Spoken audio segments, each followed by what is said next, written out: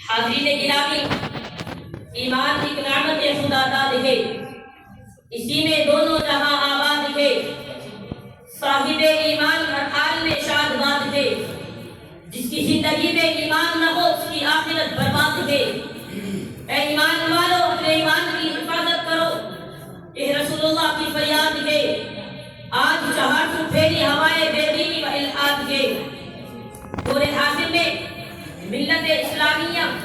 مبتلا فتنہ و فساد ہے، اور اس وقت سب سے سنگین مسئلہ لڑکیوں میں بڑھتا ہوا فساد ہے۔ صاحبان فکر و دانش، ارتداد اللہ کی ناراضگی اور رسول اللہ صلی اللہ علیہ وسلم کی لعنت کا سبب ہے۔ اللہ رب العزت نے اپنے مقدس کلام میں ارتداد کی قباحت و شناعت کو واضح الفاظ میں ذکر فرمایا، چنانچہ ارشاد باری ہے وَمَن يَرْتَدِ مِنكُمْ عَن دِينِهِ فَيَمُتْ وَهُوَ كَافِرٌ فَأُولَٰئِكَ حَبِطَتْ أَعْمَالُهُمْ فِي الدُّنْيَا وَالْآخِرَةِ وَأُولَٰئِكَ أَصْحَابُ النَّارِ هُمْ فِيهَا خَالِدُونَ۔ اسی طرح چنانچہ کہیں تو مرتد کے تمام اعمال ضائع ہونے اور اس کے دائمی جہنمی ہونے کا ذکر کیا۔ یا ایھا الذین آمنوا من یرتد منکم عن دینہ فسوف یأتی اللہ بقوم یحبهم ویحبونہ أذلة على المؤمنين أعزة على الكافرين يجاهدون في سبيل الله ولا يخافون لومة لائم۔ تو زبان رسالت صلی اللہ علیہ وسلم بھی مرتد کی سزا سنانے سے خاموش نہیں رکھی، صاف اعلان فرما دیا رسول اللہ صلی اللہ علیہ وسلم نے کہ من بدل دینہ فاقتلوہ، تو ایک اور جگہ پر ارشاد فرمایا من غیر دینہ فاضربوا عنقہ، ایک اور جگہ پر مرتد کے خون کو حلال قرار دیتے ہوئے زبان رسالت للکار اٹھتی ہے والذی لا الہ غیرہ لا یحل دم رجل یشہد ان لا الہ الا اللہ وانی رسول اللہ الا احد ثلاثۃ نفر النفس بالنفس والسیب الزانی والمفارق للجماعۃ التارک لدینہ۔ اسی طرح چاروں ائمہ کا متفقہ مسلک ہے کہ اگر اسلامی حکومت ہو تو مرتد واجب القتل ہے۔ معزز نوجوانوں، نوجوان لڑکیوں میں ارتداد کے بہت سارے اسباب ہیں، جن میں مغربی تہذیب کی نقالی و غلامی، مخلوط نظام تعلیم، ٹھوس تربیت کی کمی، ٹی وی سیریلوں سے دلچسپی، فلم بیری، واحد طرح سے تعلق، فکر آخرت سے غفلت، کمال ایمان سے محرومی، جذبہ ایمانی و غیرت اسلامی کا فقدان، ایمان پر ہی دونوں جگہ میں کامیابی ملنے کا عدم یقین، غیر مسلم لڑکوں سے تعلق و عشق، موبائل فون اور انٹرنیٹ کا بیجا استعمال، فیس بک پر دوستی، بے تکلفی میں غیر مسلم شہریوں کو اپنا فون نمبر دینا اور خود لڑکیوں کے روپے پیسے پر فرشتہ ہونا ہے۔ مسلم لڑکیوں کے ارتداد کے اسباب میں ایک بڑا سبب مسلمانوں کا شادیوں کو مشکل بنا دینا ہے، جوڑے گھوڑے کی رسم اور کثرت جہیز کا مطالبہ ہے۔ یہی وجہ ہے کہ شہر حیدرآباد میں ایک مسلمان والدین نے اپنی لڑکی جنت کا نکاح ایک غیر مسلم لڑکے سے کروا دیا۔ پوچھنے پر وجہ بتائی کہ مسلمان نوجوانوں کی خواہشات پوری کرنے کی ہمارے اندر طاقت نہیں ہے، اس غیر مسلم لڑکے نے نہیں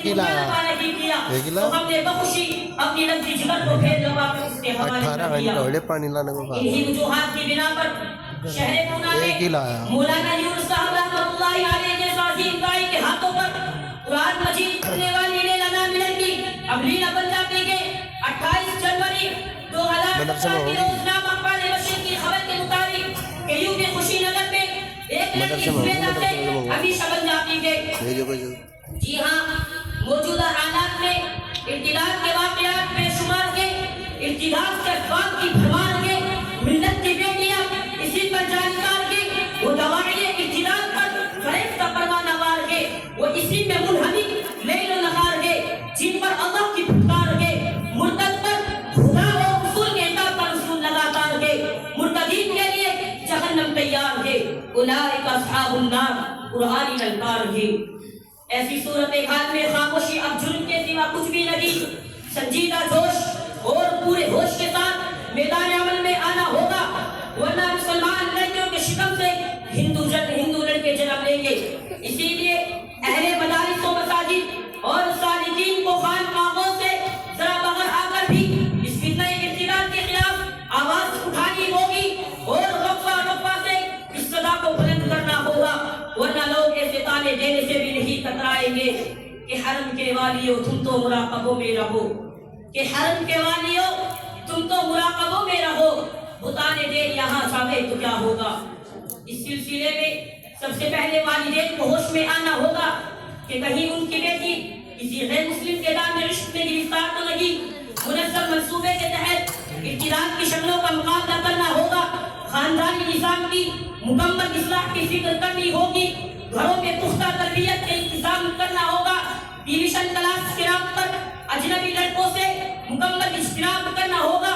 غیر مسلموں کی دکانوں پر جانے سے حد احتیاط برتنا ہوگا۔ لڑکیاں اگر ضرورت کے تحت انٹرنیٹ کا استعمال کر رہی ہو تو ان پر مکمل نگرانی رکھنی ہوگی۔ کالجوں میں علماء و صلحاء کے بیانات کروا کر ایمانی حلاوت اور کفر کی نفرت پیدا کرنی ہوگی، اور لڑکیوں میں اتنے یقین کی پختگی پیدا کرنی ہوگی کہ وہ صاف صاف الفاظ میں کہہ سکے کہ جان مانگو تو جان ہی دیں گے، مال مانگو تو مال ہی دیں گے، کہ جان مانگو تو جان ہی دیں گے، مال مانگو تو مال ہی دیں گے، مگر ہم سے نہ ہو سکے گا کہ نبی کا جاہو جلال دیں گے۔ اے وارثین انبیاء، اس وقت ملت کی ڈبوت کشتی کے ملاح پستمگی کو اور میں نے تم پر اعتماد کیا ہے، اگر تم بھی نہ جاگے تو قوم کا بھیڑا غرق ہو کر رہ جائے گا، لہذا اٹھو اور گلی گلی، چپا چپا، شہر شہر اور گاؤں گاؤں گھوم کر نسلوں کے ایمان و اسلام کی حفاظت کے لیے کمر بستہ ہو جاؤ۔ تم ایک قدم آگے بڑھاؤ، زمانہ تمہارے اشاروں پر نہ مٹنے کو تیار ہے۔ صدائے حق کی جرأت سے تو زندہ کر زمانے کو، صدائے حق کی جرأت سے تو زندہ کر زمانے کو، کہ تیرے ساتھ دنیا میں ہزاروں دل دھڑکتے ہیں، وما علینا الا البلاغ۔